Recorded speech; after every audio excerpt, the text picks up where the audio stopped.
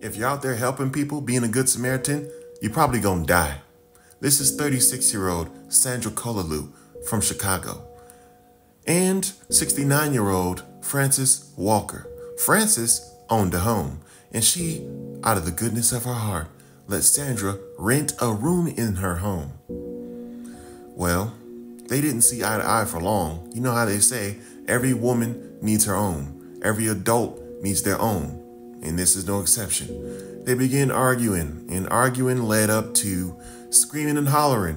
When screaming and hollering took place, the neighbors took notice.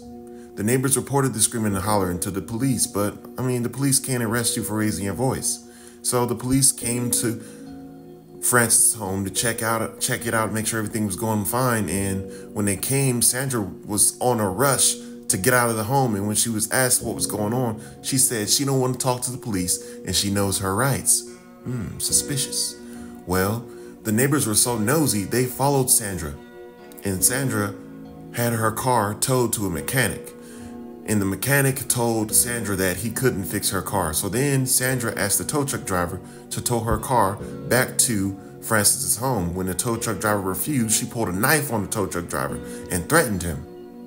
When police went to the tow truck business, they searched Sandra's vehicle and they found black trash bags, and the trash bags had bloody rags in it. So then they got a search warrant and they searched the home and they found trash bags with the remains of Frances in the trash bags.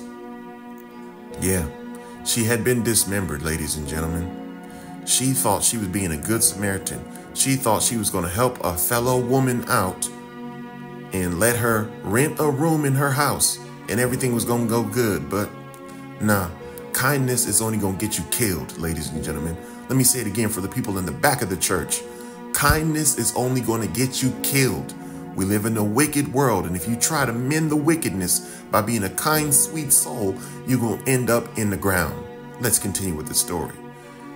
Frances Walker, 69-year-old Good Samaritan, ended up chopped into pieces because she thought she was going to do a good deed and let some woman live in her house and rent out a room.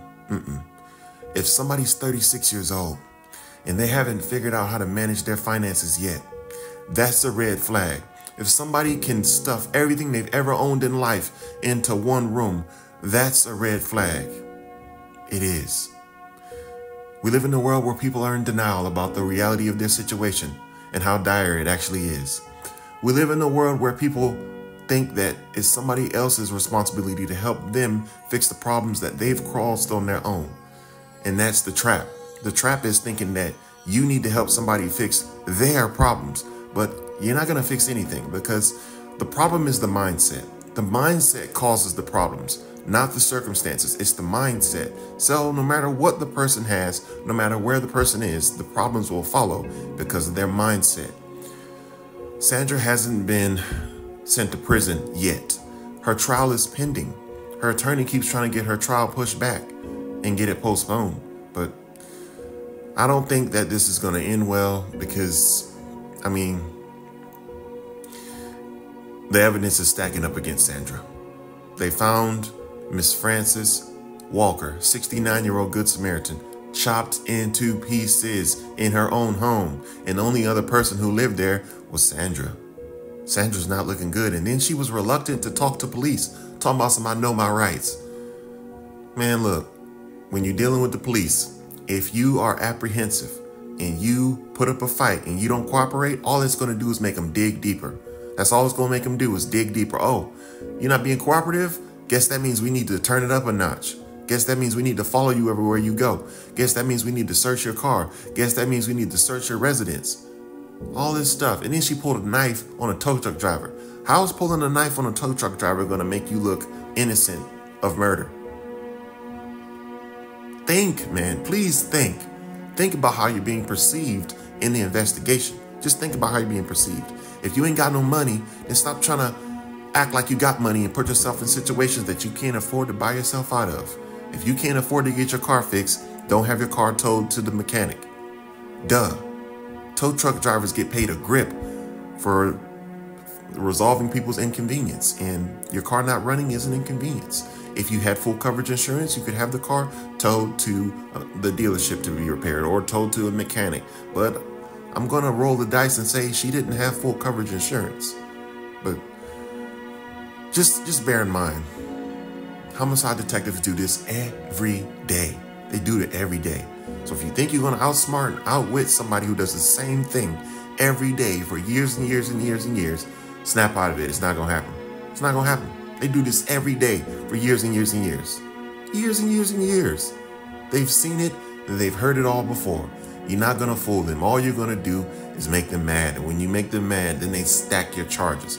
Then they charge you with every single charge they can possibly charge you with to maximize your time in prison.